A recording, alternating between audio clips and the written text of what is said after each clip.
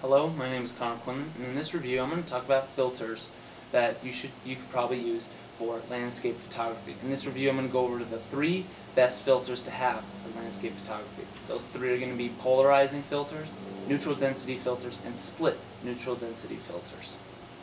Now the first one I'm going to go over is the polarizing filter, which is probably one of the most useful and most popular choice of filters for most landscape photographers. A polarizer, basically what it does is it increases saturation of the scene, it increases the contrast of the scene, and increases the blue of the sky. It also does things like get rid of reflections in windows and gets rid of the reflections that water gives off. So you can see right through the water to the bottom, or you can see right through windows. Now the prime time to use these types of lenses is probably when it's sunny out. When it's sunny out, there's usually not much color, and it's not very contrasty when the sun is facing your scene. And the sky is usually pretty pale blue. So in order to get that really blue color and more color in your scene, people use polarizing filters, which of course is extremely useful. Another nice thing about polarizing filters is that there aren't really any times when you don't need to use them. You can pretty much just leave it on your lens all day and get spectacular images the whole time. Now if I were to recommend one lens to get out of all of the other 3 lenses, I would definitely get the polarizer, because it is definitely the most useful. Now you're probably wondering, well, what brand should I get and what should the cost be? Well, I would choose from 3 brands: Hoy, Tiffen, or B&W. Now prices can range from about $40 all the way up to $1,000 for these things. Of course, I wouldn't spend $1,000 for a filter. I would probably spend on a polarizing filter about $70 to $100 from either one of those 3 brands that I mentioned. Now the next filter that I'm going to go on to is the neutral density filter. And basically what that is it is a piece of glass that's kind of similar looking to a polarizing filter. It's just got kind of a black haze on the front of the glass. And what that does is it reduces the amount of light that comes through the lens and the camera and hits the sensor. It can reduce the light from 2 stops all the way up to 10 stops at a time. Basically the purpose of one of those is to blur rivers, lakes, flowers, plants, the sky, or whatever it is you want to blur during the day to get a dramatic effect. Now during the day, if you tried to blur an image like a river or a lake or ocean, even if you put your f-stop all the way at the smallest f-stop you can, like f-stop 22, and the ISO as low as possible you can, like ISO 100, you still probably wouldn't get a very slow shutter speed to really blur those images. So landscape photographers use ND filters to get dramatic pictures like that during the day. By putting a neutral density filter on your lens, it will slow down the shutter speed either by 2 stops or all the way up to 10 stops, depending on how slow you want your shutter speed to be. So basically the purpose of a neutral density filter is to show a dramatic amount of movement in your images, even during the day when it's bright out. Neutral density filters, like polarizers, also add to the saturation and contrast of the image. Now, like polarizing filters, I would recommend the same 3 brands of filter: Hoy, Tiffen, or B&W.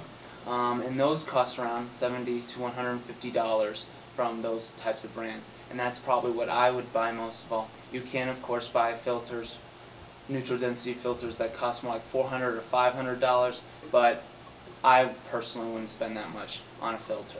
The next filter I'm going to talk about, and my personal favorite filter, is the neutral density filter. And that's the one filter that I actually own right now. And that's pretty much what it looks like. Most neutral density filters will come in a shape like this, where it's 4 inches across and 6 inches high square filter, like you can see here. And basically, as you can see, it's got one half where it's a neutral density filter, and the other half where it's clear and lets the normal amount of light through. Basically, you use this in situations where, say, one half of the picture is dark and one half of the picture is pretty bright. You would put this area over the bright portion and this area over the darker portion, and by taking a picture that way, it would even out the contrast between the two. So the best time to use a filter like this would probably be during sunset or sunrise, especially when the sunset or sunrise is taking place right in front of you. Now, you might be wondering exactly how do I use this filter with my camera. Well, first of all, I have the camera set up on a tripod, and I take the filter and basically just hold it up to the lens like so, and then take the picture. And I might move it up and down a little bit like this while I'm taking the picture so I can blur the edge of where the neutral density filter turns from dark to white. Now, the particular lens that I would recommend for a neutral density filter is actually a Lee filter. Now, Lee filters are plastic, but they're actually amazing. They perform extremely well and are pretty cheap. Most neutral density filters that are glass, any type of glass neutral density filter of this size, will cost hundreds of dollars from Tiffin or Hoy or B&W. But Lee filters are pretty high quality at a pretty reasonable price, and they cost about $80 to $100 a piece. Now, like neutral density filters, split neutral density filters come in all sorts of types. First of all, like neutral density filters, they come in different shades of darkness at the top here. This one right here is basically a 4-stop graduated ND filter, and it'll reduce the amount of light coming into the camera by 4 stops in this portion of the area. And you can get it, of course, in all sorts of stops, ranging from 2 stops all the way up to 8 stops or more. Finally, another thing that is different between each graduated neutral density filter is the softness or hardness of where it is split off here. There are 2 different types of filters for that. There's a soft one and then a hard one, of course.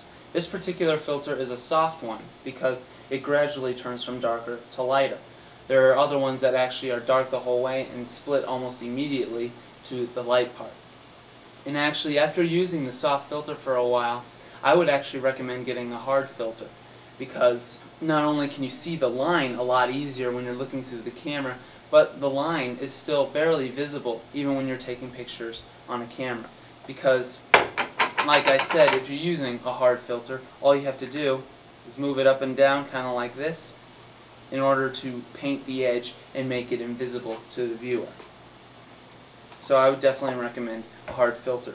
And as for the stop that I would recommend, I would recommend definitely a 4-stop filter. Or in Lee's case, they actually call it a 0.6 ND filter. So that's the type of filter I would get if you wanted one neutral density, split neutral density filter. Those are pretty much the basic filters that I would use for landscape photography if you wanted them. Of course, another filter that I would recommend for just about any type of activity would be a sky filter, which is just basically a clear piece of glass. And I have those on almost all my lenses except for the Nikon 14 to 24, of course, which can't take filters to protect the glass from dust and scratches and smudges and stuff like that. And that's also a nice thing to have. And you usually want to get one of those at a pretty reasonable price as well, probably around $70 for a good one. And this has pretty much been an overview of filters for landscape photography.